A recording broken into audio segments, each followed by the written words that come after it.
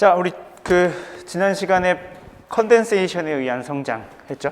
그죠? 물방울이 어떻게 컨덴세이션에 의해서 성장하는가. 그래서 중요한 것 중에 거기서 가장 중요한 것 중에 하나는 이렇게 처음에 물방울이 스펙트럼이 이렇게 좀 브로드할지라도 이렇게 컨덴세이션에 의해서 얘는 천천히 성장하고 얘는 빠르게 성장하기 때문에 점점 걔네들의 크기가 다 비슷비슷해져가. 그리고 크면 클수록 성장이 느려지기 때문에 이렇게 어떤 값 이상으로 커지는 데는 좀 한계가 있어라는 이야기를 했습니다. 물론 이걸 갖고 오해는 하지 말아야 되는데 어느 이상으로 안 커져라는 소리는 아니었었죠. 왜냐하면은 R이 루트 T에 의해 성장하는 비율이 대강 루트 T였기 때문에 T가 무한히 커지면 당연히 R도 무한히 커집니다. 다만 그게 시간이 가면 갈수록 되게 오래 걸릴 뿐인 거죠. 그래서 이렇게 스펙트럼이 좁아지는 것을 보여라라고 이렇게 숙제도 냈었고 아마 잘 하고 계시리라고 생각합니다. 잘 몰라도 되는 것 중에 하나 이제 조금 그냥 적어도 되고 안 적어도 되고 정도 좀 간단하게 얘기할 게 있는데, 우리가 컨덴세이션을 유도할 때 이런 거 했었죠. 물방울 주변의 수증기 분자는 각으로 보면은 우리가 대칭이다라고 그랬었죠. 그죠? 이렇게 그러니까 거리만의 함수이지 그게 R분의 1이었었죠. 수증기 분포가. 기억나시나요? 이렇게 라플라시아니 저거 해가지고 우리가 유도할 수 있었습니다. 이게 스테디 스테이트를 가정해가지고. 단 그때 각에 대한 의존성은 없었는데 진짜 그럴까? 라고 생각을 해봅시다. 진짜 그럴까? 라고 생각을 해보면 드랍이 가만히 있으면 실제로 얘가 달라질 이유가 별로 없죠. 그런데 공기 중에 있는 드랍은 걔가 속도가 빠르든 느리든 간에 이렇게 중력을 받아서 아래로 떨어지게 돼 있죠. 아래로 떨어지게 돼 있으면은 그러면은 이렇게 움직이다 보면은 여러분들 비를 맞을 때 이렇게 걸어가는 거랑 좀 비슷한가? 아닌가? 모르겠는데 아무튼 이렇게 앞쪽으로 이렇게 가면은 앞쪽에 수증기 분자가 더 많아 보이지 않겠어요? 그죠? 이렇게 떨어지는 방향으로 수증기 밀도가 더 높아지겠죠. 그럴 겁니다.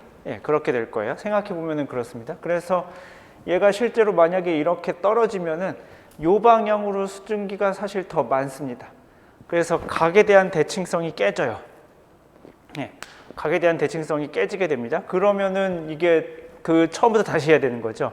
N의 분포를 R에 대한 함수일 뿐 아니라 세타와 파이에 대한 함수로 다시 해야 됩니다. 굉장히 복잡한 일이 되겠죠.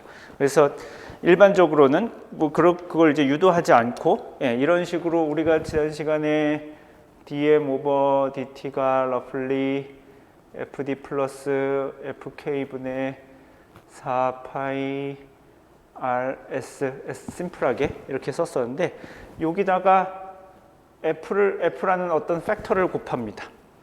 저 효과를 반영해 주기 위해서. f는 그래서 어떻게 되냐면 드랍의 레이놀즈 넘버의 함수입니다. 드랍의 레이놀즈 넘버. 그리고 드랍이 크면 클수록 레이놀즈 넘버가 커집니다. 레이놀즈 넘버 혹시 배웠죠? 배웠나? 크기에 대한 점성력 해서 비슷한 이야기를 들었을 겁니다. 먼저 레이놀즈 넘버를 정해야 되는데, 레이놀즈 넘버는 여기 분모에 점성력이 들어가고 이렇게 물방울의 레이놀즈 넘버는 이렇게 계산이 됩니다.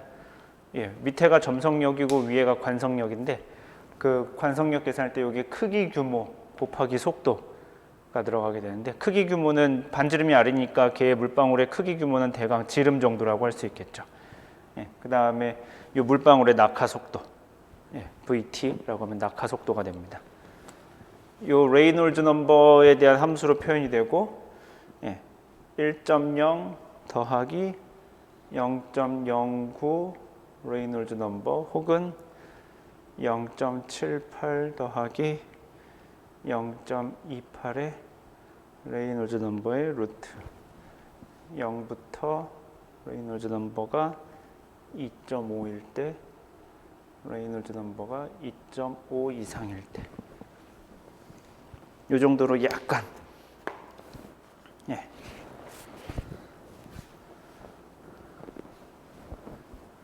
그래서 팩터가 약간 수정됩니다. 요거는 사실 언제 중요하냐면 물방울의 컨덴세이션에서는 별로 중요하지 않습니다. 왜 그러냐면 물방울의 컨덴세이션 과정을 생각하면 걔가 이렇게 걔는 상승 속도가 있죠.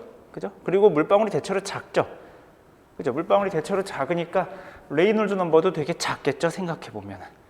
그죠? 예, 그래서 물방울이 생각해보면 물방울이 상승하는 과정을 생각해보면 걔가 뭐 이렇게 막 엄청 빠른 속도로 올라가거나 그러진 않잖아요. 그죠? 물론 올라가기야 올라가겠지만 엄청 빠른 속도로 올라가진 않죠. 예, 그렇기 때문에 이 효과가 그렇게 크게 드러나지 않습니다. 컨덴세이션에서는 거의 영향을 받지 않습니다. 문제는 이베포레이션이에요. 이베포레이션 같은 경우에는 아래로 이렇게 떨어지는 과정이고 생각보다 굉장히 빨리 떨어지는 과정이기 때문에 예, 우리가 오늘 아마 배우겠지만 지표면 근처에서는 물방울이 크기에 따라서 달라지는데 한 최대 한 10m/s까지 빨라질 수 있습니다. 물방울에 떨어지는 속도가. 그러니까 1초면 10m를 가는 거예요. 생각보다 꽤 빨리 움직이는 이야기입니다. 그래서 레이놀즈 넘버가 커지게 되고 예, 그러면은 이 F라는 팩터가 커질 수 있습니다. 예, 이걸 우리가 벤틸레이션 팩터 이 벤틸레이션이 환기라는 뜻이고요. 그러니까 이게 가면은 이렇게 공기가 이렇게 지나가면 이렇게 주변 공기가 이렇게 환기되는 그런 식으로 이제 이름을 붙였습니다. 그래서 이게 만약에 R이 한 20 마이크론쯤 되면은 계산을 해보면 F가 한 1.06 정도, 별로 뭐 고려해주나 마나 정도쯤이 되는데 R이 한 40 마이크론쯤 되면은 F가 1.25쯤 됩니다.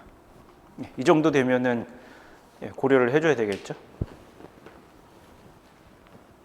그래서 이건 특히 이베포레이션에서 중요한 이야기입니다. 이베포레이션을 그래서 우리가 만약에 이거를 모델에서 계산한다고 하면은 컨덴세이션 과정 중에서는 뭐 굳이 고려를 해주지 않아도 상관없지만 만약에 이베포레이션을 계산한다고 하면은 얘를 반드시 고려해 주어야 정확한 계산이 됩니다.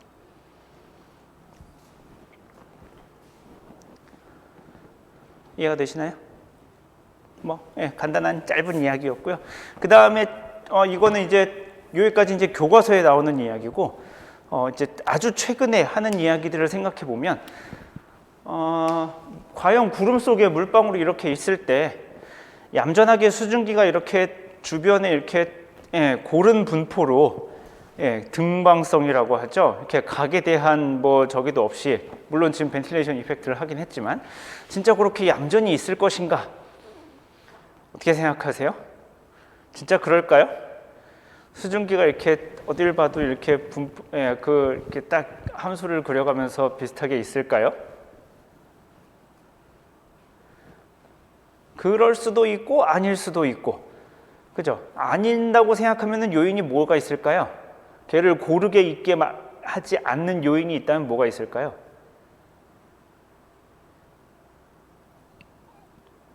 그런 요인이 없다면 골고루 있어야 될 것이고,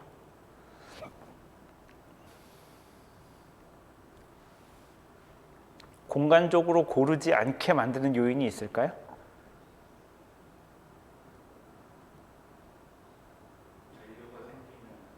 그렇죠. 터뷸런스. 그리고 구름은 항상 터뷸런트한 지역입니다. 구름은 그 보이언스, 그러니까 부력이 있어서 이렇게 좀 가볍게 뜨는 지역이기 때문에 그 보이언스에 의해서, 부력에 의해서 항상 여러분들 혹시 역학 시간에 배웠나요? 그 터뷸런트 TK, 터뷸런트 키네틱 에너지의 소스 텀에 대해서 혹시 배웠나요? 안 배웠어? 이거 안 배웠나? 이거 안 배웠어요? 그 홀튼 책에 그게 바뀐 부분에 있는 건가? DT분의 T, TK는 이게 mechanical production 더하기 buoyancy production 마이너스 난류 에너지 소실률 이렇게 적히는 거. mechanical production and loss라서 이렇게 되고. 혹시 본 적 있나요? 본 적 없어요? 진짜? 이게 안 배우는구만. 이게 난류 운동 에너지예요. 난류 스케일에서 난류 스케일의 에너지가 얼마나 강한가에 대한 이야기인데, 난류 스케일의 에너지는 소스 텀이 미케니컬하게 할 수 있고 미케니컬 텀이 있고 보이언스 텀이 있어요. 그러니까 부력이 있으면 난류가 생깁니다. 그 다음에 미케니컬은 뭐냐면은 이게 쉬어예요. 연직 쉬어. 연직 쉬어가 있으면 프로덕션이 생깁니다. 그리고 그게 이제 이게 마찰에 의해서 소실이 되는 건데, 그래서 구름은 생각해보면 상승류가 있는 지역이잖아요, 그죠? 그리고 잡열이 방출돼서 계속 상승하는 지역이죠. 그래서 상승한다는 것은 부력이 있다는 소리잖아요. 계속 걔가 보이언스에 의한 뭔가 작용이 계속 있는 곳이죠. 그래서 터뷸런트 키네틱 에너지가 항상 큰 지역입니다. 그러니까 항상 터뷸런트한 지역이에요. 여러분들 비행기 타고 가다 보면 구름을 지나가면 항상 이렇게 흔들리는 이유가 그래서 그렇습니다. 항상 터뷸런트한 지역이고요. 그래서 항상 이 터뷸런스가 구름을 이해하는데 말썽을 일으킵니다. 가뜩이나 물방울이 쪼만해가지고 계산하기 힘든데 그 터뷸런스가 있어가지고 더 사실 계산을 힘들게 합니다. 그래서 터뷸런스 때문에 지금 요 수증기의 분포가 바뀌기도 합니다.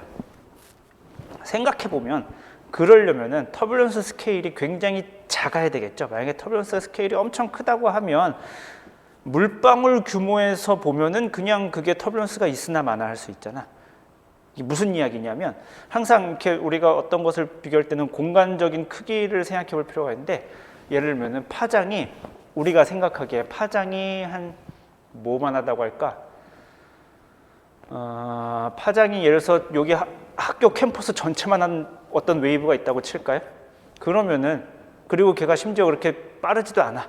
그러면 내가 이렇게 가만히 있으면은 내 입장에서 보면은 그 파가 온들 이렇게 뭐 그렇게 크게 이렇게 막 변동이 이렇게 막 크진 않죠, 그죠? 그죠? 이렇게 그냥 엄청 큰 파가 이렇게 천천히 오는 걸 거 아니야.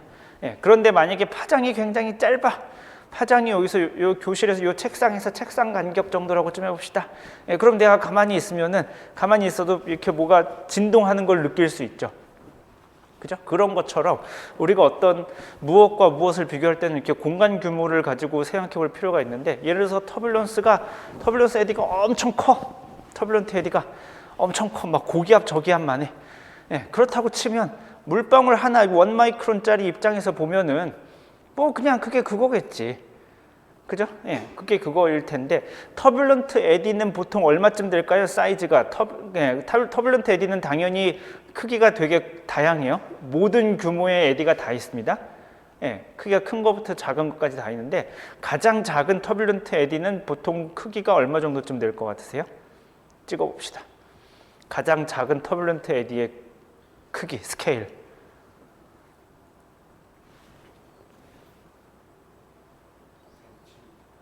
센티미터? 미터? 찍어봅시다. 센티미터 나왔고 미터 나왔어요. 미터 정도? 그거보다 더 작은 에디는 없을 것이다. 제가 물어보는 터뷸런트한 난류의 스케일에서 우리가 볼 수 있는 가장 작은 에디는 공간적으로 규모가 얼마만 할까?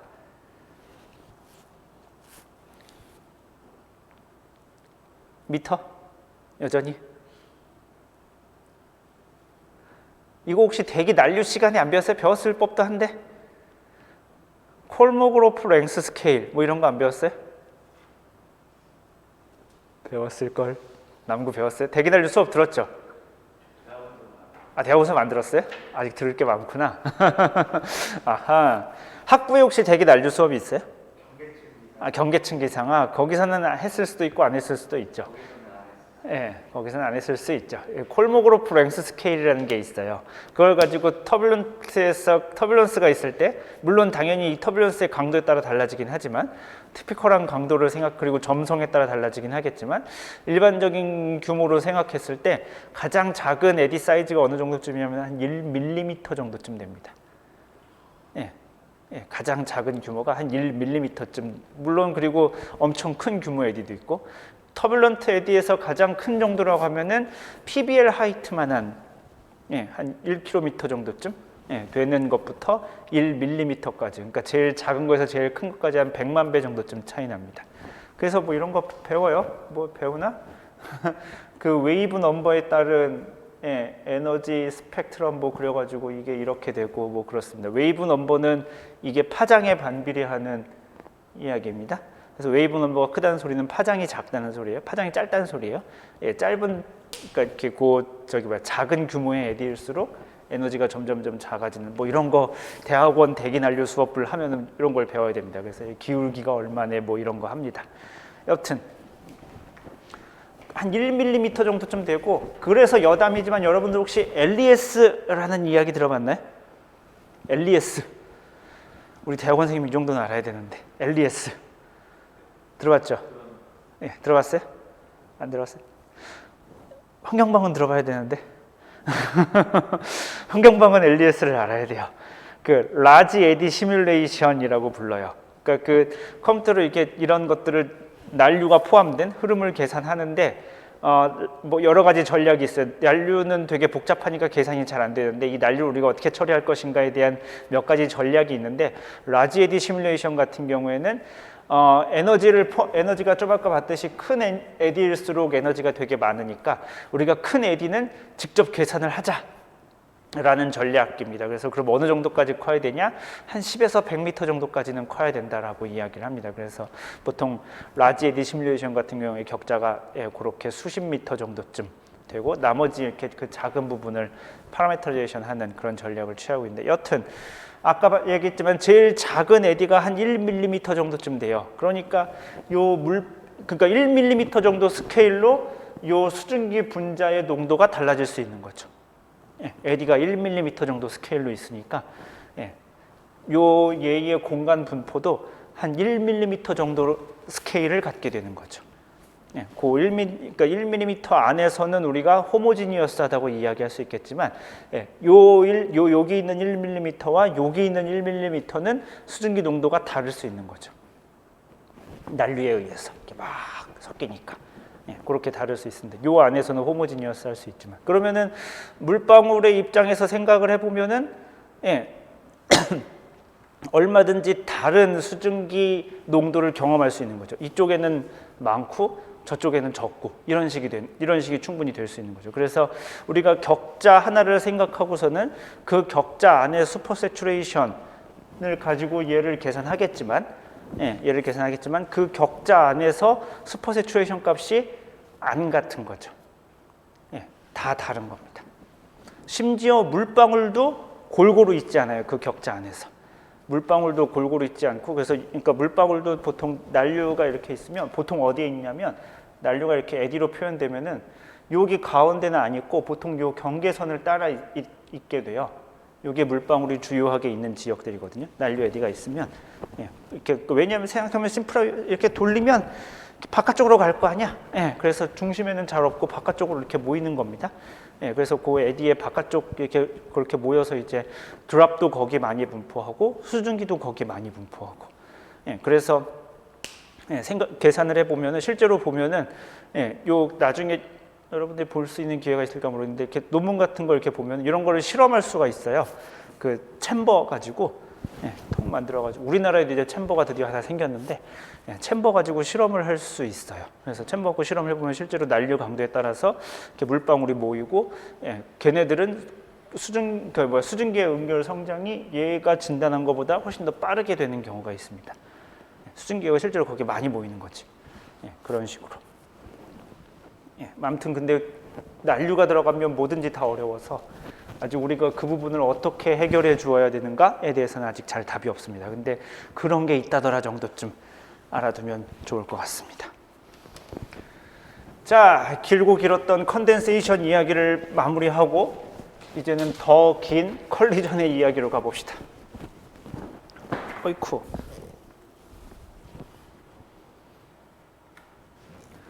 (7.2)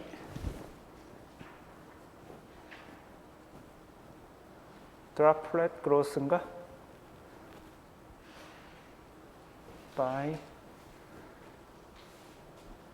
collision and coalescence.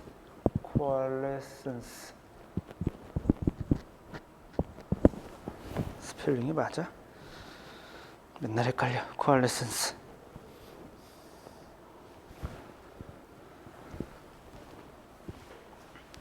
자,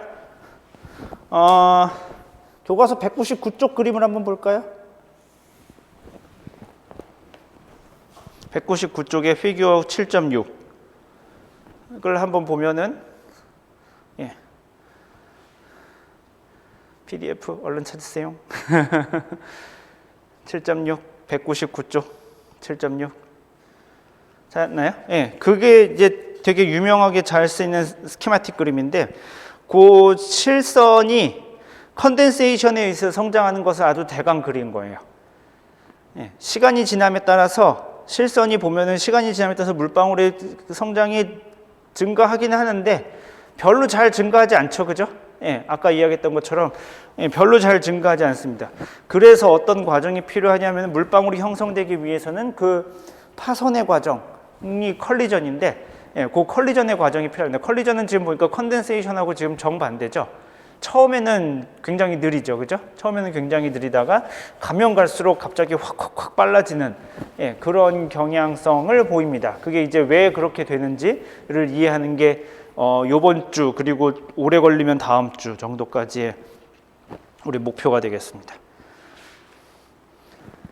자, 우선은 용어부터 컬리전이라는 용어가 있고 코알레센스가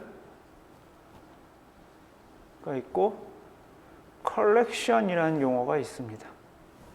다 뭐 비슷하죠? 네.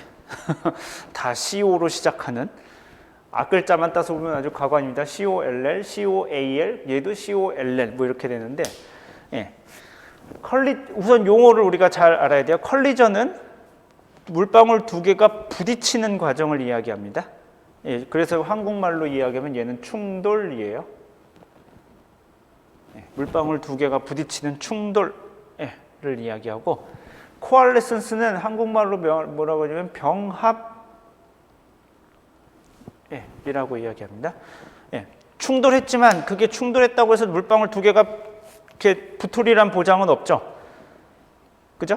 예, 뭐 두 개가 이렇게 튕겨 나올 수도 있고 뭐 부딪혀가지고 뭐 깨질 수도 있고 뭐 별의별 일이 일어날 수 있습니다. 그래서 두 개가 충돌했다고 해서 반드시 병합하는 건 아닌데 충돌한 다음에 이게 병합하는 과정을 우리가 코알레센스라고 부르고 컬렉션은 뭐 이건 딱히 한국어로 마땅한 게 없는데 결합 정도쯤 될 텐데 얘는 아무튼 충돌하고 병합을 같이 말할 때 컬렉션 충돌 더하기 병합을 이야기할 때 우리가 컬렉션이라는 단어를 씁니다. 그러니까 부딪혀서 붙을 때 부딪혀서 붙는 건 컬렉션이고 부딪히는 건 충돌이고 그 다음에 부딪힌 다음에 붙는 건 병합이고 그렇습니다.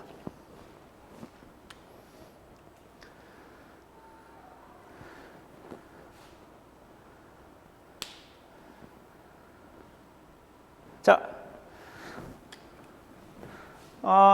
여기 되게 구름 물리학에서 굉장히 중요한 이게 아주 중요한 되게 오래된 이야기인데 이게 뭐냐면은 코알레센스를 우리가 뒤에 배우겠지만 뒤에 이야기는 조금 나중에 할까?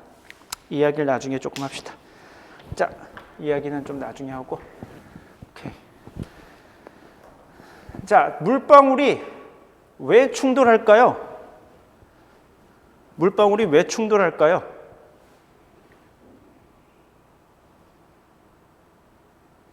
물방울이 구름 안에서 있다가 난류는 여기서 고려하지 않습니다. 난류는 고려하지 않아요. 난류가 고려되지 않으면 이 물방울은 지금 구름 안에서 움직일까요? 움직이기는? 움직이겠죠. 그죠? 뭐 물방울 안에 기류가 있으니까. 근데 우리가 물방울의 그 드래그를 제거한다면은 다 같이 움직여야 되지 않겠어요? 그죠? 예, 다 같이 움직이죠. 우리가 보통 모델에서 스칼라 어드벡션 처리할 때 그렇게 처리하죠. 다 같이 일정한 속도로 움직이잖아요. 그러면 얘네가 부딪힐 일이 없잖아. 예. 물방울의 크기별로 공기 저항이 달라서 그렇죠. 결국엔 드래그가 다르긴 하죠. 예, 그래서 도대체 왜 충돌하는가? 예, 드랍 안에서 구름 안에서 물방울이 왜 충돌하는가? 영어로 쓰면 이렇게 됩니다. 왜? 라고 물어보면은 예, differential response of droplets mainly to gravitational force.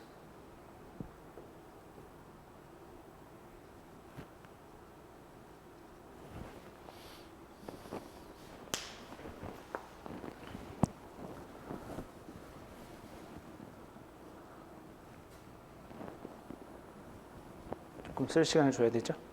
문장이 길어져서.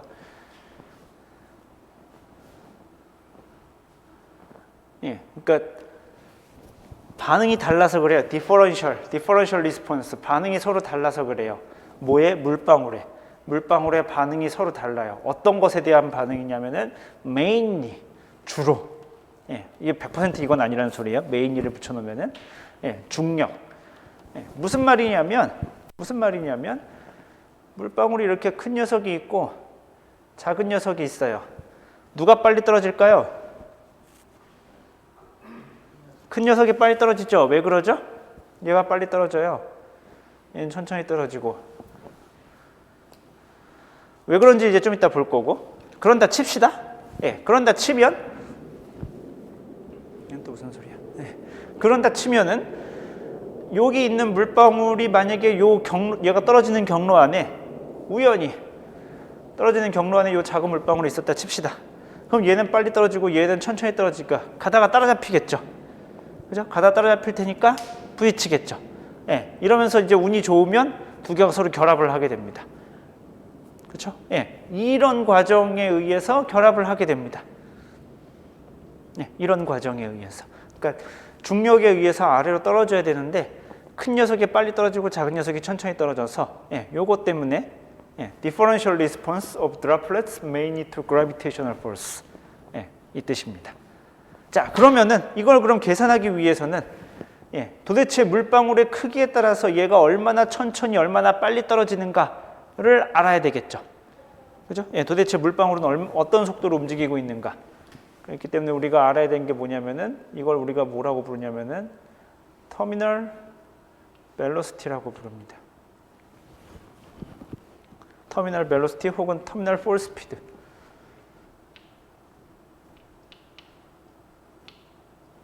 of droplets, of drops.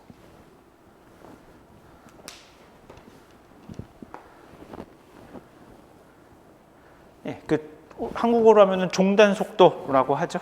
예, 당연히 물방울이 이제 중력에 의해서 처음에 이렇게 많이 멈춰 있다 치면은 예, 가속되겠다가 어느 순간 얘가 마찰력이랑 균형을 이뤄서 예, 종단 속도에 이르게 되죠. 예, 종단 속도.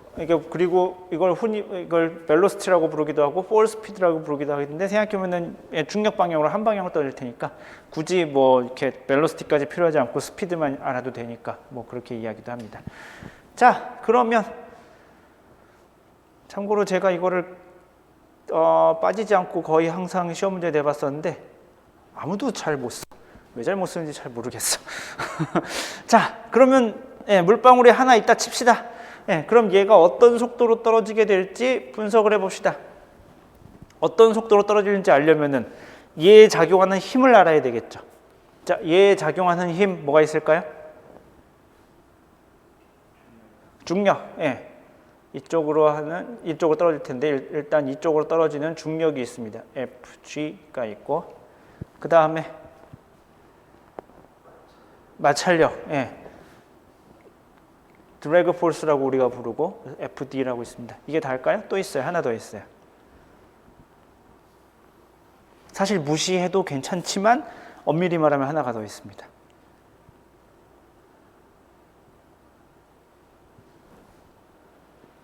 무시해도 괜찮기는 해요.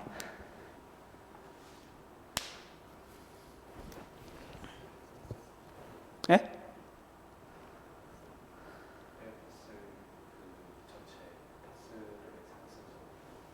네, 그거는 고려하지 않아도 돼요.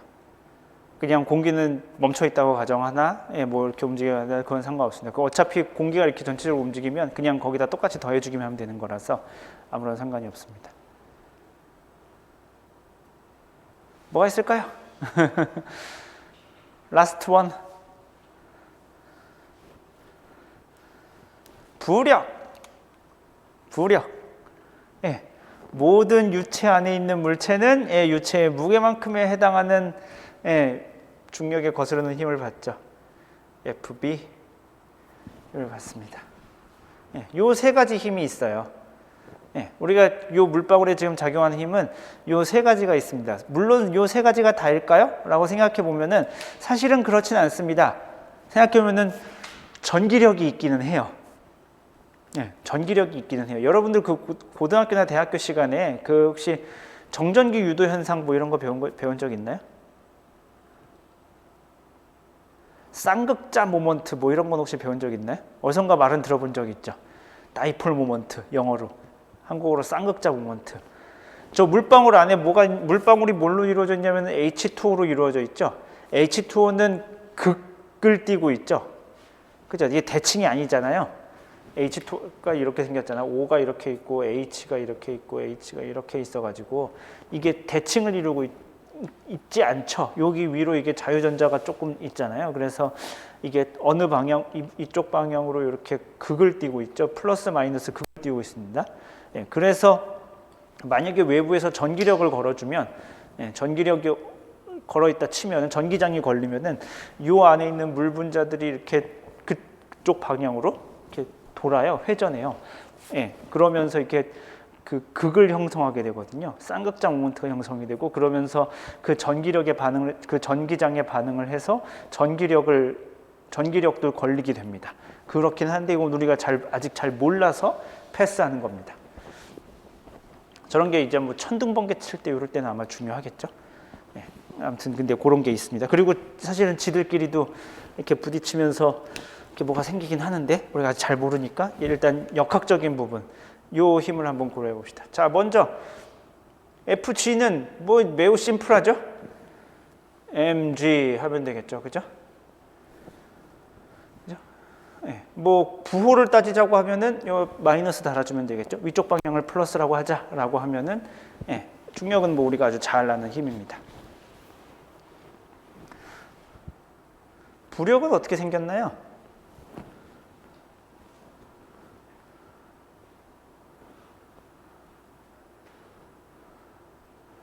부력은 어떻게 생겼죠? 배웠잖아. 부력. 요 물방울이 차지하고 있는 유체의 무게에 해당하는 힘이라고 그랬었죠. 유체의 무게 정도쯤의 힘이라고 그랬었죠. 그러면은 요 유체의 부피를 V라고 하면은, 예, 그러니까 물방울의 부피를 V라고 하면은 공기의 밀도를 그리고 로우 A라고 한다면 공기의 무게는 로우 A 곱하기 V가 되겠죠. 얍. 예. 그렇게 되겠죠. 공기의 무게는 로우 A 곱하기 V가 되겠죠. 거기다 곱하기 중력 가속도 한 개 되겠죠. 그러면은 위쪽 방향이니까 로우 A V G가 될 것이고, 얘를 조금, G를 이렇게 쓰면 곤란하지. 예. 얘를 조금만 다르게 써보면은 얘 물방울의 밀도를 로우 W라고 해봅시다.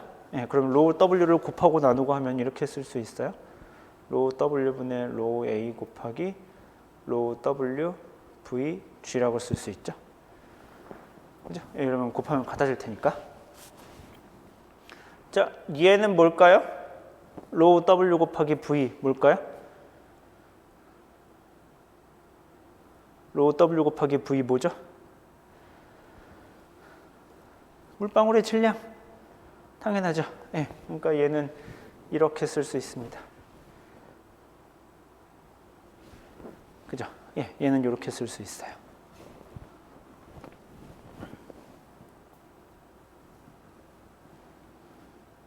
그죠?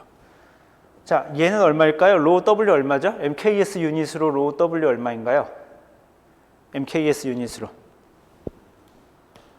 MKS 유닛으로 한 소리는 킬로그램 퍼 세제곱미터 1000 그죠? 대충 1000입니다. 거의 1000이죠, 사실. 이게 맨 처음에 정의였으니까. 로우 A는 대충 얼마쯤 되게요? 세제곱미터 모아놓으면 공기의 무게는 대충 얼마쯤 되게요? 1. 예, 1입니다. 그러니까 요 부력은 중력에 비해서 1000분의 1 정도. 그러니까 물이 공기보다 한 1000배 무거운 물질입니다. 그러니까 아까 얘기했지만 그래서 요 FB는 생각해보면은 예, FG랑 비교해서 항상 1000분의 1 정도기 때문에 뭐 고려해주지 않아도 사실은 무방한 예, 그런 힘이 되겠습니다. 자, 여러분들이 잘 모르는 게 이제 FT죠. 자, 드래그 포스. 어떻게 쓸까요? 드래그 포스. 유체역학 시간에 배웠어요? 이건 이제 확실하게 이야기할 수 있습니다. 여러분, 남구 씨는 저하고 수업을 안 했지만, 예, 두 명은 제가 유체역학 시간에 가르쳐 드린 바가 있어요. 드래그 포스 어떻게 구하죠?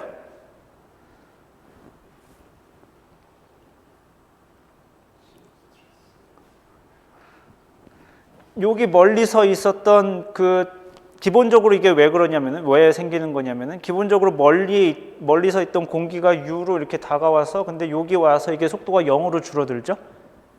그죠? 기억나나요? 그 축구공 예전에 수업할 때 그런 거 기억나나요? 축구공 이렇게 예, 있고 이렇게 유선을 그리면은 요점에선 가운데로 이렇게 멈추고 얘는 이렇게 가고 얘는 이렇게 가고 이랬던 그림이 있습니다. 별거 아니에요. 뭐 그냥 이 정도예요. 예, 그랬을 때 우리가 예전에 보면은 여기서 오던 공기는 멀리서 여기서 와서 요만큼 돼서 0이 된다고 했었죠. 이상적으로 딱 가운데에 맞으면 그렇게 된다고 했습니다. 예, 요거만큼 얘가 운동량이 줄었으니까 예, 얘가 운동량이 왜 줄어들었을까요? 공이 저 공기한테 일을 한 거죠. 그죠? 힘을 가했으니까 얘가 운동량이 줄어든 거겠죠. 그러면 작용 반작용에 의해서 예, 요 공기가 요 공을 뒤로 미는 거겠죠. 그죠? 예, 그 힘만큼 예, 뒤로 밀겠죠. 여기도 지금 정확하게 같은 상황입니다. 얘가 지금 떨어지고 있는 상황이기 때문에 여기 지금 공기는 전체로 멈춰 있는 거예요. 멈춰 있는데 얘가 이렇게 멈춰 있고 얘가 떨어지는 거나 생각해보면 얘가 가만히 있고 공기가 위로 올라가는 거나 정확히 같은 상황이죠. 그죠? 예, 그러니까 공기가 이렇게 위로 올라가는데 여기서 에너지가 있는 녀석이 여기서 멈추기 때문에 예, 그 말인즉슨 이 물방울이 공기를 아래로 민다는 이야기일 거고 그럼 작용 반작용에 의해서 정확하게 공기가 그 힘만큼 물방울을 위로 들어올리게 됩니다. 그죠? 예, 그 힘이 그래서 뭐에 비례했었냐면은 2분의 1 로우 A 얘 떨어지는 요 속도를 얘 볼륨을 V라고 했으니까 헷갈리지 않게 U 제곱이라고 합시다. 얘 운동 에너지 뭐 비스무리한 거였었죠. 그죠? 그 다음에 얘의 표면적에 비례하겠죠? 얘의 표면적에 비례할 겁니다. 예, 곱하기 파이 R 제곱. 그런데 이게 전부 다 여기 와서 0이 되지는 않습니다. 그죠? 예, 뭐 일부는 저쪽으로 갈 테니까. 예, 옆으로 빠져나갈 테니까 전부 다 0이 되지는 않죠. 그래서 얘의 적당히 개수를 곱해서 예, 이걸 드래그 코에피션트라고 부릅니다. 예, 드래그 포스는 저렇게 씁니다.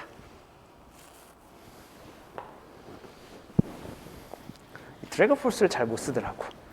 예, 생각해보면 천천히 생각하면 이렇게 됩니다. 예, 여기 공기에서 U로 움직이는 공기가 예, 여기 와서 운동량이 줄어들어서 생기는 게 결국 드래그 포스의 기원이니까 예, 얘 운동 에너지를 이렇게 씁니다. 2분의 1 예, 로 U 제곱 예, 쓴 다음에 당연히 표면적의 양만큼 공기가 들어와서 속도가 줄어드는 걸 테니까 예, 표면적을 곱하고 예, 거기다가 근데 전부 다 와서 0이 되는 게 아니라 적당히 옆으로 가는 놈들도 있고 그럴 테니까 적당히 거기다 개수를 곱해갖고 예, 드래그 코에피션트라는 개수를 곱해서 이렇게 정리를 하면 됩니다. 자, 그러면 얘가 터미널 벨로시티에 이르렀다는 것은 힘이 균형을 이루었다는 소리겠죠. 그죠? 힘이 균형을 이루었다는 소리일 텐데 그러니까 따라서 요 세 힘을 전부 다 더했을 때 0이 돼야 되겠죠. 그죠? 네, 그렇게 돼야 될 겁니다. 자, 생각을 해보면 아주 대충 생각을 해봅시다.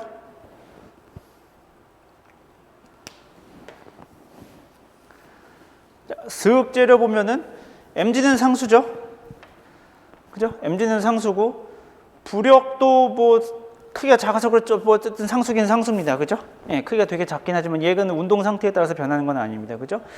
이 드래그 코에피션트는 굉장히 복잡하게 이 드래그 포스는 좀 복잡합니다. 일단 우리는 CD가 어떻게 되는지 잘 모르죠. 그죠? 예, 요 CD가 계수가 어떻게 되는지 우리가 잘 모르는 게 되게 큰 이유이긴 합니다만 어쨌든 생각해보면 얘는 유제곱에 비례하죠. 그러니까 얘가 빨리 움직이면 빨리 움직일수록 드래그 코에피션트가 점점 커지죠. 예, 드래그 코에피션트가 커지는데 드래그 포스가 점점 커질 것 같죠. 그죠? 예, 우리나라 말로 하면 항력, 예, 항력이 점점 커지게 됩니다. 예, 그러니까 처음에는 얘가 안 움직일 때는 얘가 제로겠죠, 그죠? 예, 얘가 제로일 겁니다. 그러니까 아래쪽으로 가는 힘을 받아서 점점 가속되다가 속도가 점점 빨라지면은 얘가 점점 커지면서 어느 순간 이 힘과 이 힘이 균형을 이루고 더 이상 얘가 속도가 더 빨라지지 않고 같은 속도로 내려오게 되겠죠. 예, 이게 물리에서 배우는 아주 간단한 예, 되게 자주 들었던 이야기입니다. 그래서 얘가 어느 순간에 속도가 더 이상 빨라지지 않고 일정한 속도로 내려오게 될 거고 그걸 우리가 터미널 벨로시티 혹은 터미널 폴 스피드라고 부릅니다. 자, 그러면은 문제는 얘는 다 알고 있는 것 같으니까 우리의 최종적인 골은 뭐냐면은 속도가 어디에서 멈출 것인가 하는 겁니다. 자, 얘를 잘 쓰는 게 중요하겠죠. 그죠? 그 중에서도 다 알고 있는 거니까 얘가 어떻게 될 것인가가 사실 궁금하겠죠. 그죠? 도대체 저 드래그 코에피션트가 어떻게 될 것인가?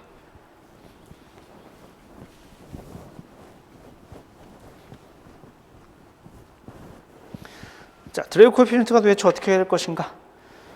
그래서 지금 저 FD를 써보면 항력을 써보면은 좀 정리해서 써보면 앞에 상수 2분의 파이 빼고 드래그 코에피션트 쓰고 그 다음에 물방울의 밀도 R제곱, U제곱 지금 이렇게 되는데 그죠? 2분의 파이 CD 로 A 로 A R제곱, U제곱 이게 지금 드래그 코에피션트가 되는데 드래그 포스가 되는데 얘를 이런 식으로 정리를 해봅니다. 어떤 식으로 정리하냐면은 얘를 어쩌고 저쩌고 앞에 빼고 이렇게 쓸 겁니다. CD 곱하기 레이놀즈 넘버 나누기 24로 쓸 겁니다. 자, 그럼 요 앞에는 뭐가 들어가야 맞을까요? 얼른 떠올려 봅시다. 얼른은 안 되나? 레이놀즈 넘버가 아까 방금 썼었죠? 레이놀즈 넘버가 어떻게 되냐면은 레이놀즈 넘버는 점성계수분의 2R 그 다음에 여기는 U가 되겠죠? 속도를 U라고 썼으니까 레이놀즈 넘버가 이렇게 됩니다. 요 뮤 대신에 요 점성계수를 써서 로 A 이렇게 써도 됩니다. 그래서 로 A를 저쪽으로 보내버리고 자, 요 괄호 안에 어떻게 되면 될까요? 계산 시간을 들여보죠. 안에 괄호를 채워봅시다.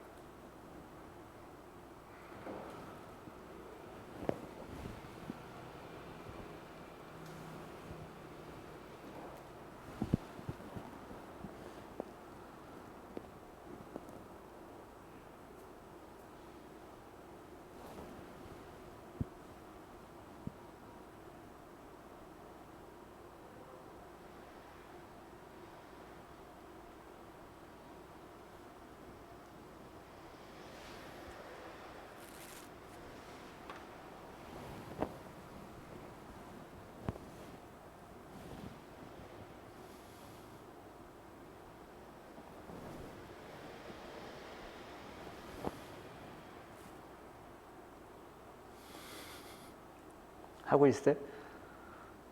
적어줄 때까지 기다리지 마시고. 아, 했어요?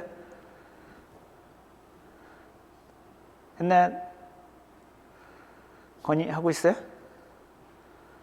남구는 하고 있는 건가요? 다 한 건가요? 했나요? 예. 보면은 뭐 그렇게 어렵지 않습니다. 자, CD를 여기서 가져갈 거니까 고려해주지 않아도 될 것 같고, 그 다음에 이 레이놀즈 넘버가 가는 과정에서 지금 로 A, RU가 갔죠, 그죠? 로 A가 갔고 RU가 갔으니까 RU가 여기 하나씩 남겠죠, 그죠?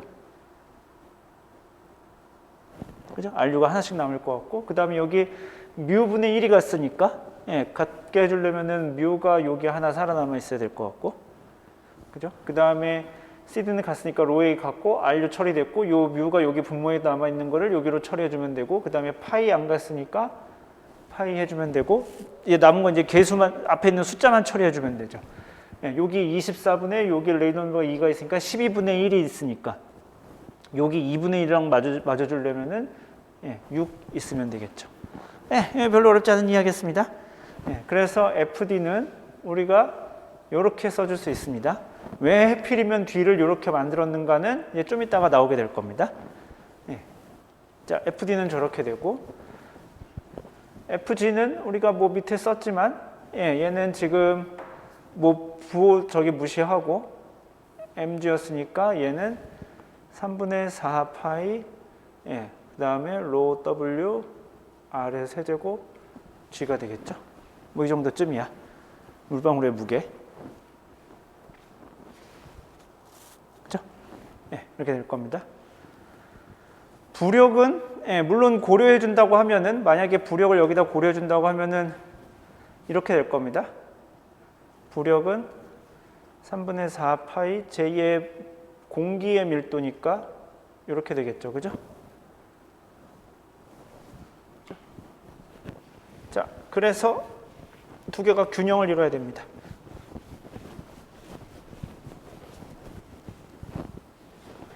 자, 두 개가 균형을 이루니까 이렇게 쓸 수 있겠죠? 자, 아래로 내려가는 힘, 위로 올라가는 힘, 드래그 포스 6파이 뮤 R U 곱하기 24분의 CD RE는 3분의 4 파이 그 다음에 로 W 마이너스 로 A R 세제곱 G 이렇게 쓰면 되겠죠.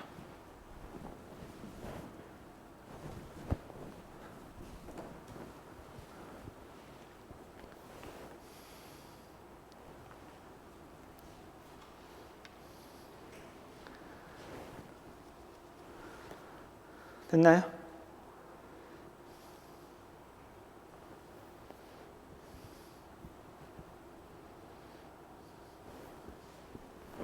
자, 첫 번째 스몰 드랍플렛의 경우에는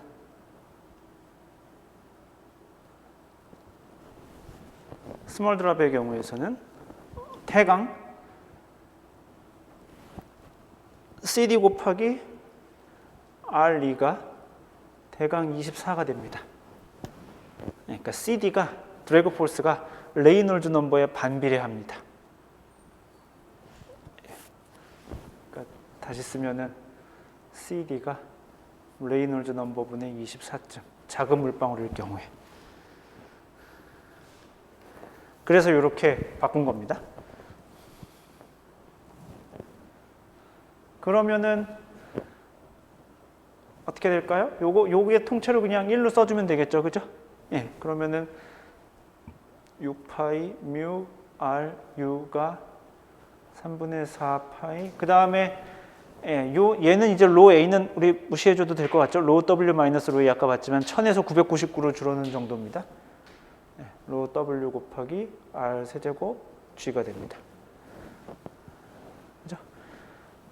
우리는 지금 궁금한 게 U죠. 그래서 어떻게 떨어지는가 그 속도를 알고 싶은 게 궁금한 거죠. 예. R 하나 약분해주고 제곱되고 파이 약분해주고 그 다음에 여기다 6분의 1을 곱하면은 이게 얼마가 될 거냐면 9분의 2쯤 되겠죠. 여기 6분의 1 곱하니까 아마 9분의 2쯤 될 겁니다. 그죠? 그렇죠? 3, 2 남으니까. 예, 여기 뮤로 약분시켜주고 그러면은 9 뮤분의 일단 9분의 2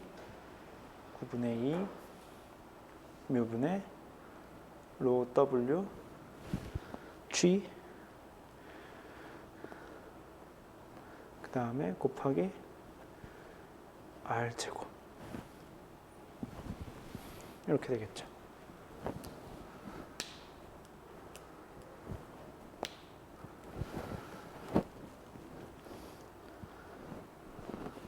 예. 얘가 그래서 대충 쓰면은 예, K1 곱하기 R 제곱이라고 쓸 수 있겠죠. 요 K1은 그래서 계산을 해보면 당연히 공기 중에 따라서 당연히 달라지겠죠. 예, 뮤가 예, 그 저기니까 뭐 공기의 컨디션에 따라 달라지는 항수니까. 예, 그래서 아마 달라질 건데 1.2 곱하기 10의 6승 센티미터 인버스 세크 인버스 정도쯤 됩니다.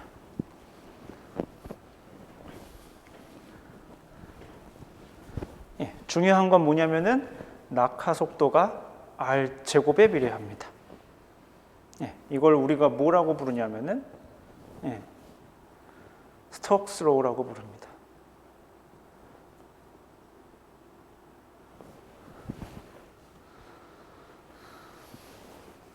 예, U가 종단 속도가 R 제곱에 비례합니다. 예, 그러니까 아까 얘기했던 대로 예, 큰 녀석이 더 빨리 떨어집니다. 제곱 정도로. 되시나요? 됐나요? 예. 그러니까 그래프를 그려보면 뭐 이렇게 생겼다는 소리죠. 예. R에 대해서 U를 그려보면은 예, 이렇게 제곱으로 증가하는 이렇게 돼야 됩니다. 그죠? 예. 이게 근데 요게 성립하려면 요게 만족해야 되죠. 지금 CD가 예, 레이놀즈 넘버에 대충 격수해야 되고, 즉 레이놀즈 넘버가 크면 클수록 CD가 작아져야 되는 거예요. 그죠? 그죠? 그러니까 그 마찰이 그러니까 되게 빨리 천천히 내려올 때는 예, 우리가 뭐 마찰이 어쩌고저쩌고 뭐 되는데 빨리 떨어지면 빨라질수록 아까 했던 그 항력이 점점점 별로 없어지는 거죠. 효과가 그러니까 드래그 코에피션트가 작아지는 거죠. CD가 점점점 줄어드는 겁니다. 자, 요게 그래서 언제까지 만족하냐면 요 법칙은 언제까지 만족하냐면은 대충 R이 up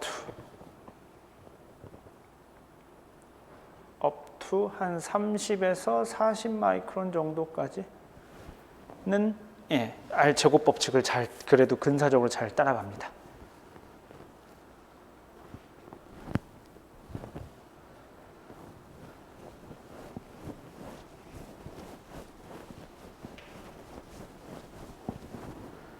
자, 큰 드랍에서는 large drops.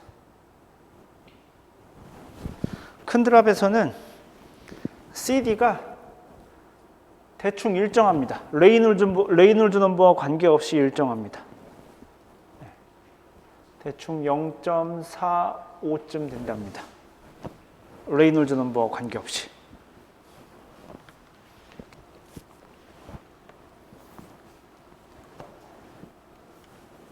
그러면 어떻게 되냐면은 다 썼나요? 그럼 이 식에서 지금 CD가 상수가 되겠죠? 그죠? CD가 상수가 되겠죠? 그러면 레이놀즈 넘버를 지금 다시 이렇게 도는 게 별로 의미가 없죠? 레이놀즈 넘버를 다시 복원시켜야겠죠? 예, R2가 어떻게 될 거냐? 아까 어떻게 될 거냐면은 예, 뭐 뮤분의 예, 로 A 곱하기 2RU였었죠? 그죠? 그러면은 지금 CD가 상수라고 칩시다. 어떻게 될 거지만 빨리 봅시다. 얘가 이쪽에 지금 중요한 변수가 R하고 U인데 이쪽이 지금 R제곱, U제곱이 남겠죠. 얘가 RU를 갖고 있고 여기 RU가 있으니까 원래 있던 대로 다시 돌아가서 R제곱하고 U제곱이 남겠죠. 이쪽에는 지금 R 세제곱이 있죠. 그죠? 그러니까 지금 식을 정리하면은 어떻게 되냐면 something 예, R제곱, U제곱이 예, something R 세제곱 이런 식으로 되는 거죠. 그죠? 예. 그림 보이시죠? 그러면은 R제곱으로 약분하면 이쪽에 R만 남을 거고 예, 따라서 우리가 어떻게 쓸 수 있냐면 U는 R의 루트에 비례하는 예, 이런 식이 되겠죠. 그죠? 예. 개수 후다닥 치워버리고 예, 이렇게 빨리 얻을 수 있습니다. 물론 개수는 계산을 해봐야 됩니다. 예, 개수를 계산을 하면 어떻게 되냐면은 이거 어떻게 되냐면은 예, 묘가 K2의 R의 루트인데 K2가 2.2 곱하기 10의 3승. 물론 근데 이 중요할 수도 있고 중요하지 않을 수도 있는데 센티미터 루트에 아이고 잘려서 없어졌겠다.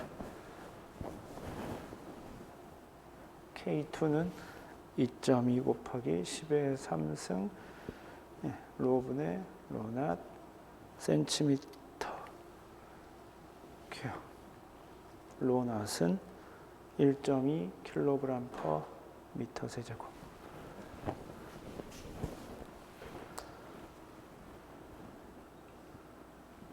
네, 여기 왜냐하면은 여기 공기 밀도도 살아남으니까, 그죠? 레이놀즈 넘버가 지금 복원되면서 여기 로 A도 살아남거든요. 네, 여기 저렇게 됩니다. 그러니까 물방울이 클 때에는 이 정도쯤 될 때, 물방울이 꽤나 클 때에는 예, CD가 이렇게 레이놀즈 넘버 상관없이 일정한 리즘으로 가게 되고, 그러면은 중요한 거는 U가 루트 R에 비례하는 예, 저런 성질을 가지고 있다고 합니다. 자, 그러면은 예를 들어서 그림을 여기다 얘는 어느 정도로 커야 되는 거야? 그랬더니 얘는 어느 정도로 커야 되냐면은 R이 roughly 0.6mm 이상이 되면 그렇답니다. 한 600 마이크론 정도쯤. 그러면은 그려보면은 그래서 얘를 그려보면 어떻게 되냐면은 이런 식으로 됩니다. 예. 여기가 40, 여기가 600 정도쯤 되는 겁니다. 그러면 우린 중간에 리즘에 대해서는 잘 모르죠, 그죠? 예, 이게 지금 양쪽 극단에 대해서만 우리가 어프록시메이션에 의해서, 왜냐하면은 지금 이 문제의 본질은 뭐냐면은 CD가 되게 복잡하다는 데 문제가 있는 거죠. 우리가 CD가 복잡해서 잘 모르겠어가 문제인 거죠, 지금. 그죠? 그래서 이게 물방울이 되게 작을 때는 레이놀드 넘버에 반비례해라는 성질을 이용해서 뭐 이렇게 한 거고, 물방울이 아주 커지면 이게 CD가 상수야. 예, 이렇게 돼서 뭐 이렇게 구했는데 이 사이에서는 뭔지 잘 모르겠죠, 그죠? 그래서 이 사이에서는 대충 있습니다. 진짜 그야말로 대충 있습니다. 여기가 지금 R의 제곱이고, 예, 여기가 R의 루트니까 대충 뭘로 이으면 좋겠어요? R의 1승 직선으로 있습니다. 그러면 요 왠지 요 사이가 지수가 맞아 떨어지잖아요, 그죠? 2, 9, 0.5니까 요 세 1 있으면 될 것 같죠. 실제로 그래서 이렇게 예, 그냥 샥, 샥, 샥. 예, 여기가 R의 1승에 비례하게. 그래서 between, 예, in between 지역은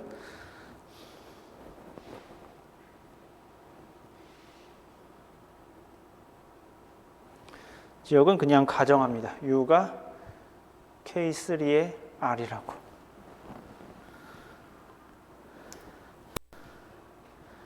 얘는 그냥 이어주면 되겠죠? 예, 저 비례상수야 그냥 여기와 예, 여기 값이 결이 맞도록 이어주기만 하면 될 겁니다.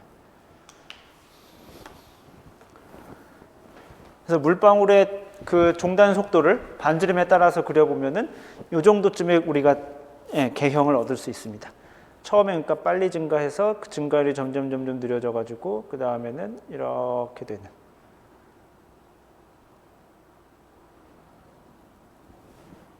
예, 이런 개형을 얻습니다.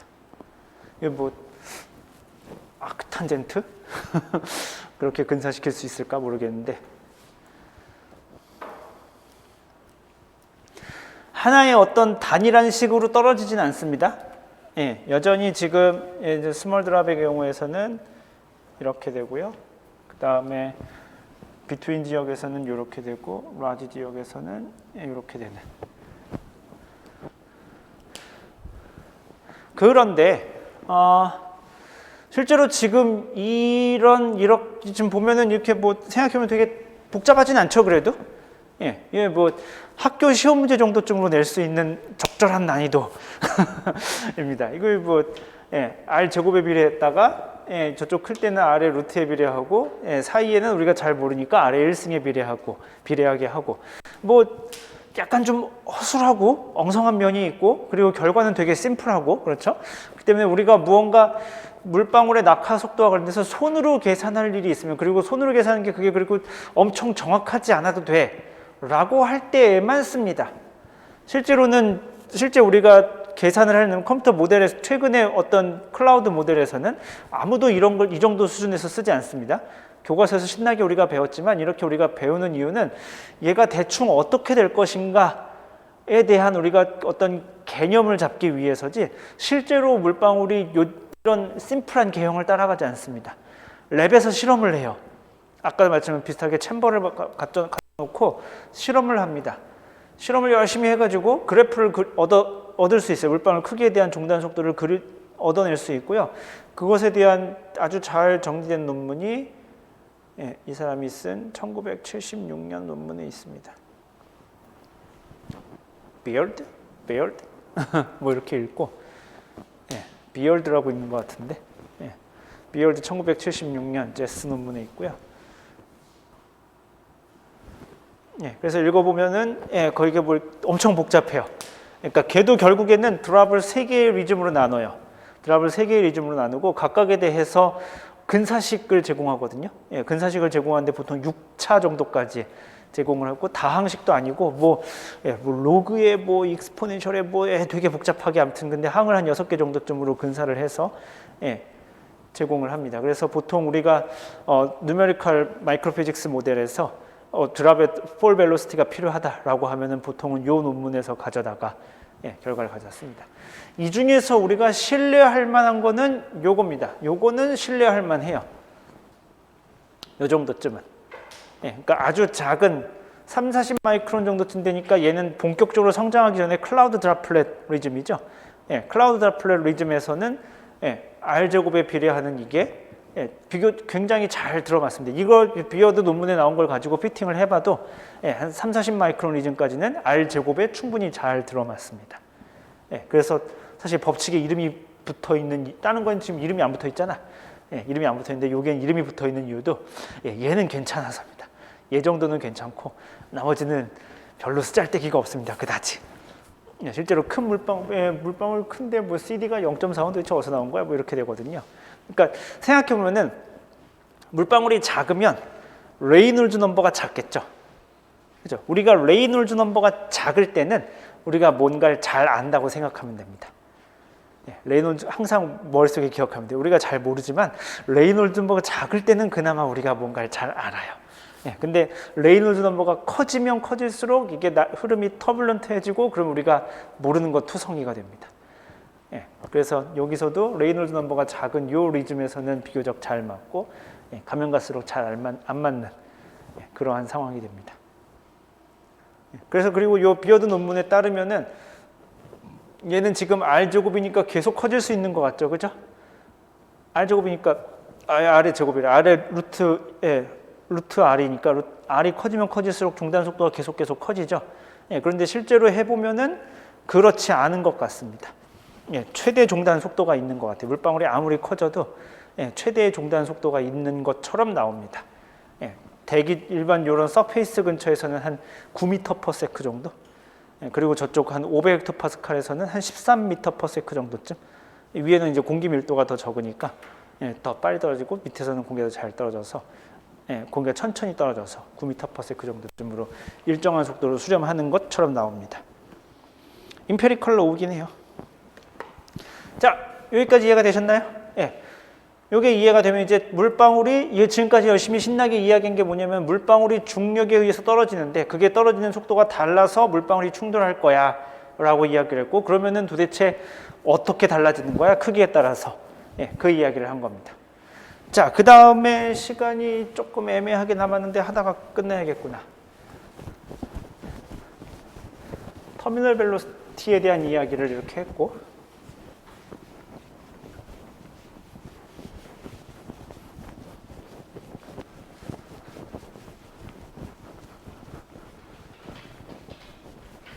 자, 그 다음에는 컬리전 이피션시, 컬리전 이피션시에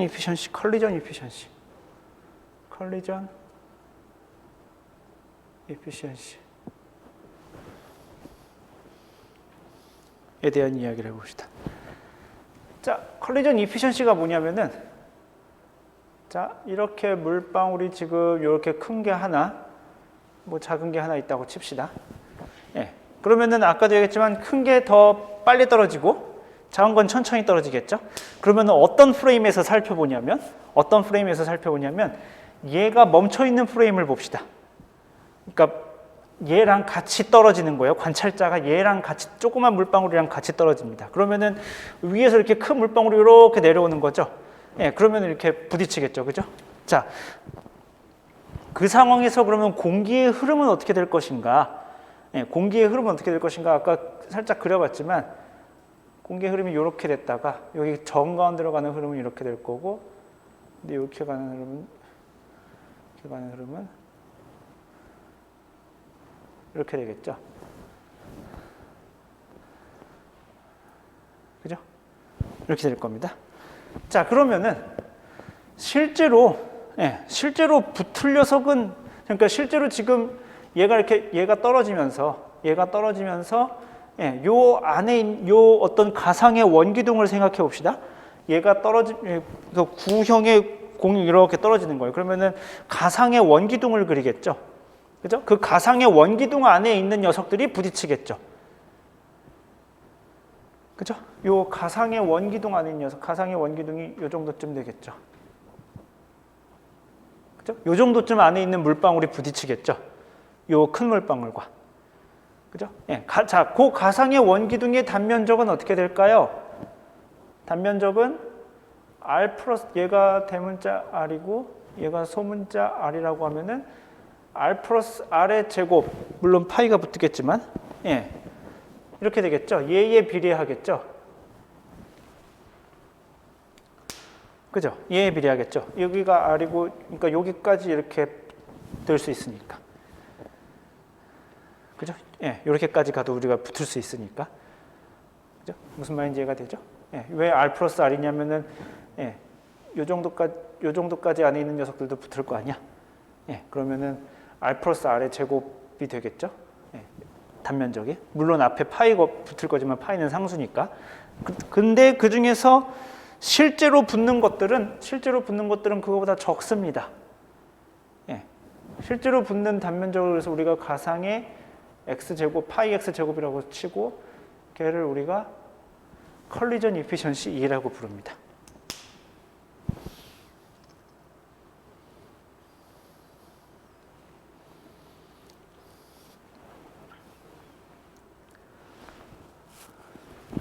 자, 왜 안 붙을까요? 여기서 가는 녀석들이 여기에 가면, 그러니까 요 가상의 원기둥 안에 있는 녀석들은 다 가서 달라붙어주면 좋겠는데 안 붙어요. 왜 안 붙을까요? 스몰 드랍의 이유가 다르고 라지 드랍의 이유가 다릅니다.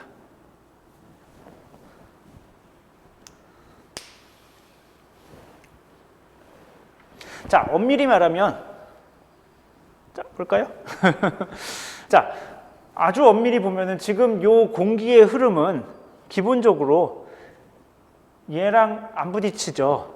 그죠? 여기 한가운데로 오는 녀석을 제외하고는, 한가운데로 와서 이렇게 땅 하고 때린 녀석을 제외하고는 우리가 유체역학 문제를 풀 때 봤지만 공기가 이렇게 비껴나가게 돼 있죠.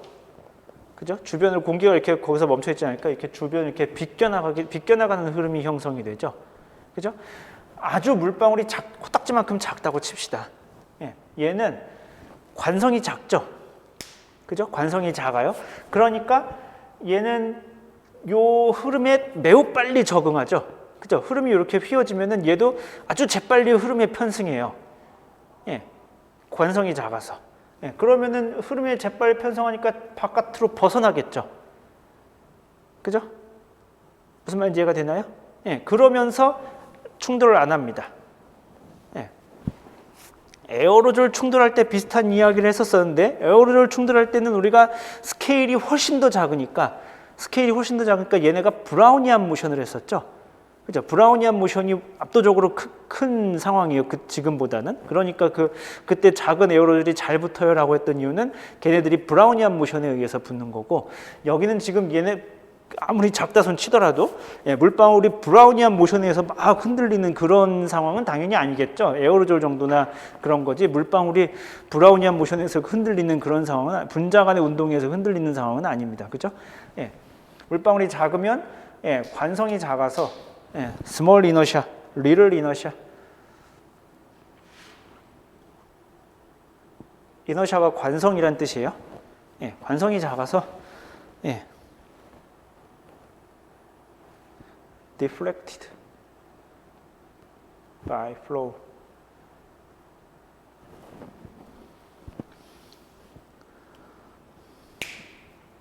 이렇게 됩니다. 자, 그러면은 물방울이 크면 어떻게 될까요? 물방울이 크면은 물론 당연히 얘보다 커질 수는 없습니다. 지금 얘가 더 큰 거죠. 어쨌든지 간에 얘가 더 큰 상황이, 만약에 이게 더 얘보다 커버리면은 얘가 더 빨리 떨어지니까 당연히 의미가 없죠. 안 붙는 거죠. 크긴 큰데 얘보다는 작은 상황을 뜻합니다. 그런데 생각하면 우리가 지금 얘가 멈춰 있는 프레임에서 본다고 그랬었죠. 그죠? 얘가 멈춰 있는 프레임에서 보는 거니까 속도의 상대차가 중요하죠. 두 개의 물방울이 크기가 비슷비슷해. 그러면은 상대적으로 얘가 천천히 내려오겠죠. 그죠? 얘가 멈춰 있다고 생각하는 거니까 얘가 천천히 내려오겠죠. 천천히 내려오면은 이 밑에 있는 물방울은 요 흐름에 적응할 시간이 충분히 주어지겠죠. 그죠? 정신없이 이렇게 가다가 휙 부딪혀야 되는데, 그렇지 않고 지금 이 물방울이 요 흐름에 적응할 시간이 충분히 주어집니다. 그러니까 근데 이 흐름은 물방울을 회피하는 흐름이거든. 그죠? 그러니까 충돌을 안 하고 비껴나갈 수 있게 됩니다. 이게 천천히 떨어지니까, 그리고 흐름은 이렇게 가는 거니까 얘가 천천히 이렇게 거꾸로 이렇게 얘를 거슬러 갈 시간적 여유가 충분한 거죠. 물론 관성은 크지만. 이렇게 됩니다. 그래서 얘는 어떻게 쓰냐면은 reduced relative velocity가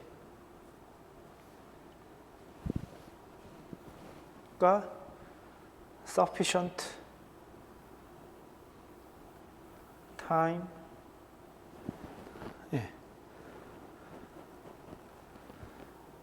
to be deflected. 이렇게 됩니다.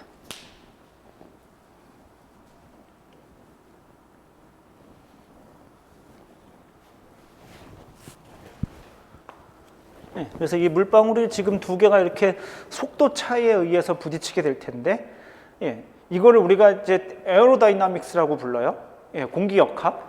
물방울이 이렇게 떨어질 때 공기의 흐름이 그냥 이렇게 물방울 형태로 가는 게 아니라 물방울 주변으로 이렇게 돌아서 가는 흐름이 생기기 때문에, 이게 실제로 돌아서 가기 때문에 가만히 냅두면은 물방울이 잘 안 붙습니다. 물방울이 잘 안 붙어요. 특히 작은 물방울들은 얘가 관성이 작아가지고 빨리 얘를 회피하는 이런 성질이 생기는 거고, 물방울이 크면은 물론 당연히 얘는 관성이 크니까 이렇게 휩쓸려서 가득해 보면 그냥 있다면은 이렇게 가서 이렇게 툭 가서 그냥 부딪혀야 될 텐데, 얘는 차가 별로 안 나니까 시간이 되게 많이 주어지는 셈입니다. 그죠? 그러니까 이렇게 천천히 이렇게 요 공기의 흐름을 따라갈 충분한 시간이 주어지는 거죠. 그래서 실제로 요 이피션시를 뭐에 대한 함수로 그리냐면은 R분의 R에 대한 함수로 그려보면은, R분의 R에 대한 함수로 그리면 여기가 0이 됩니다. 그러니까 아이디얼리 작은 물방울들은 안 붙습니다. 그러니까 크기가 0에 가까운 물방울은, 물론 브라우니안 모션을 고려하면 얘기가 달라지겠지만, 우리가 그 리즌까지 안 간다면은 0일 때 0이 되고, 이렇게 여기서 이렇게 최대값을 보이는 지역이 나타납니다. 그런데 이 뒤로는 어떻게 될지 몰라요. 이렇게 되는 경우도 있고 이렇게 되는 경우도 있고. 그리고 요 값은 대략 한 러플리 0.5에서 한 0.6점 정도쯤 되고요. 그러니까 작은 물방울의 반지름이 큰 물방울의 한 반 조금 클 때가 가장 큰 효율을 보이고 있고요. 여기가 왜 이렇게 모르냐면은, 그러니까 물방울의 크기가 엄청 둘이 되게 비슷하다는 소리죠, 그죠? 이러면은 사실 또 무슨 일이 벌어지냐면은, 얘는 지금 이 효과 때문에 이 효과가 맞다면은 점점 계속 줄어들어야 되겠죠, 그죠? 예, 점점 줄어야 되는데, 물방울이 크면은 무슨 일이 벌어지냐면은, 여기 흐름이 이렇게 가고 이렇게 가고 이렇게 가고 이렇게 가면은 여기에 흐름이 없죠, 그죠? 여기에 벨로시티가 없게 되죠. 그래서 여기에서 지금 배우셨을지 모르겠지만 이런 이런 소용돌이가 생겨요. 이거를 웨이크라고 부르거든요. 후류. 예. 한국어로 하면은 후류라고 하는데,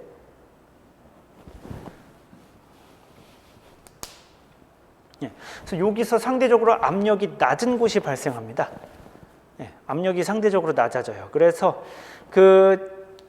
환경방 이런 거 배우나 잘 모르겠는데 빌딩에서 도심이 이렇게 빌딩이 있고 이렇게 막 뭐 미세먼지라든지 오염물질이 방출된다고 칩시다. 어디가 제일 오염물질 농도가 높게요?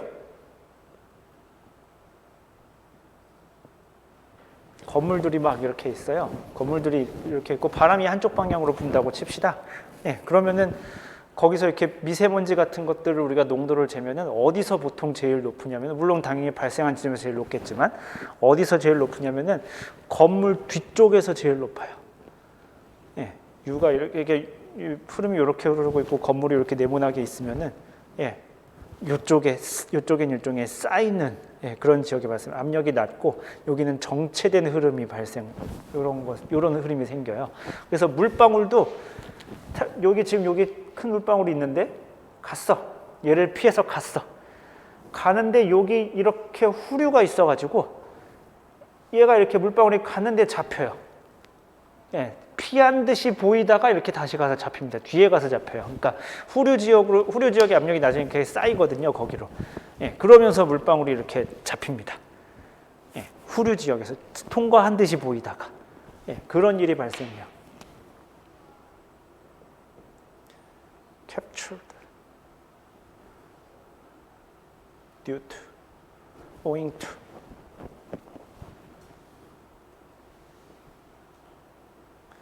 wake.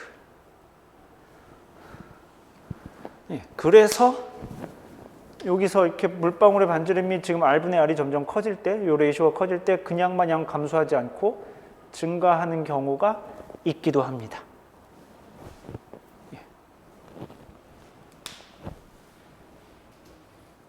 꽤나 복잡한 이야기이긴 한데, 뭐 이런 일이 실제로 물방울 정도 스케일에서 계산하면 이런 일이 벌어집니다. 중요한 이야기는 아니지만 마지막으로 하나만 이야기하고 끝내면은, 이거 도대체 어떻게 계산할까요? 그러면은 계산을 하고 싶어. 어떻게 계산할까요?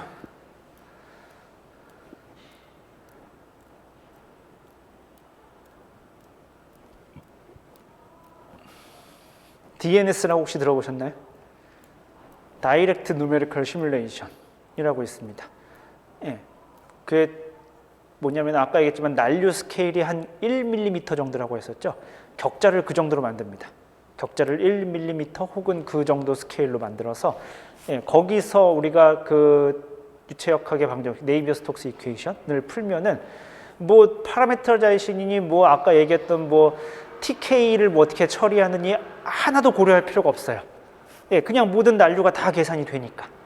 그냥 거기서, 그래서 이름이 다이렉트 누메리컬 시뮬레이션이에요. 그냥 직접 계산을 해버리면 돼요. 그런 DNS 모델을 거기다 갖다 놓고 거기서 흐름을 계산한 다음에 물방울을 거기다가 이렇게 모델 안에다가 집어넣습니다. 그래서 걔는 이렇게 라그랑지안 방식으로 움직일 수 있게 이렇게 하면은 걔네들을 실제로 이렇게 놓고 걔네들이 충돌할 것인가 안 할 것인가 계산을 하게 할 수 있습니다. 그죠? 근데 단점은 DNS 모델은 엄청 비싸요.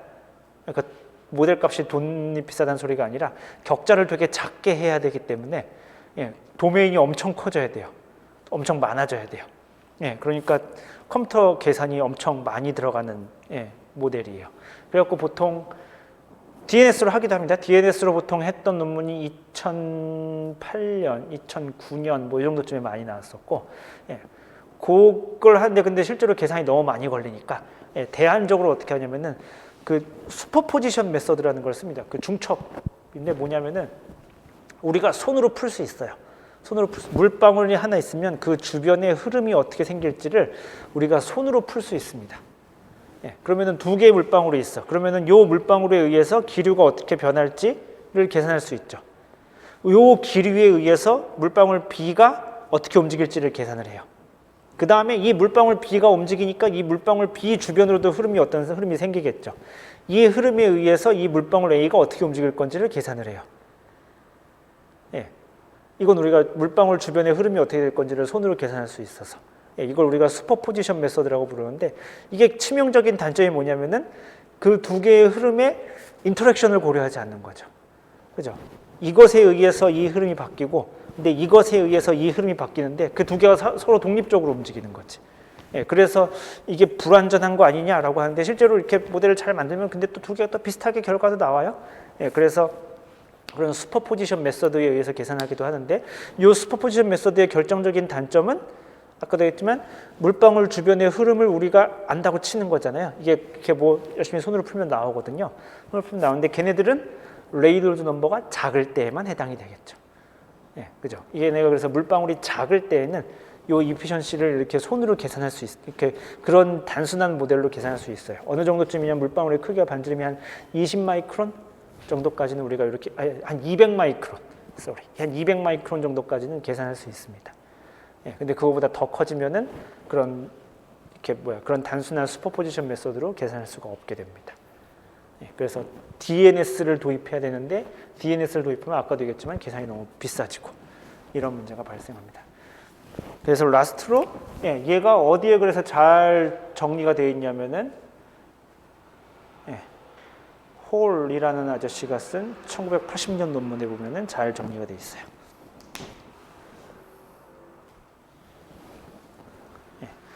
이 아저씨가 뭔가를 저기 한 건 아니고 이 아저씨가 지금 그 1980년도에 저 홀이라는 사람이 독자적으로 클라우드 모델을 하나 만들었는데 예, 그 클라우드 모델을 만들면서 클라우드 모델을 만드니까 어디선가 이피션시가 필요했겠죠, 그죠? 근데 제대로 정리가 안 돼 있던 거지. 그래서 이렇게 여기저기에 흩어져 있던 연구들을 다 모아가지고 이렇게 테이블로 만들었어요.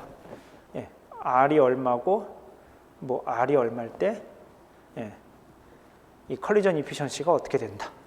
예, 라고. 예, 아주 갖다 쓰기 좋잖아요. 예, 이런 식으로 테이블을 만들어가지고 여기서 갖고 온 컬리전 이피션시를 굉장히 많이 아직까지도 예, 많은 논문에서 잘 쓰고 있습니다. 네, 그래서 오늘 수업은 일단은 우리가 컬리전을 이해하는데 예, 얘가 다르게 떨어져 때문에 그런 거고 떨어진다고 항상 붙는 건 아니야. 예, 라는 이야기를 했었고 그래서 실제로 그러면은 걔를 이퀘이션으로 쓰면 어떻게 될 것인가에 대한 이야기는 우리가 다음 목요일 날 하도록 하겠습니다. 예, 수고했습니다.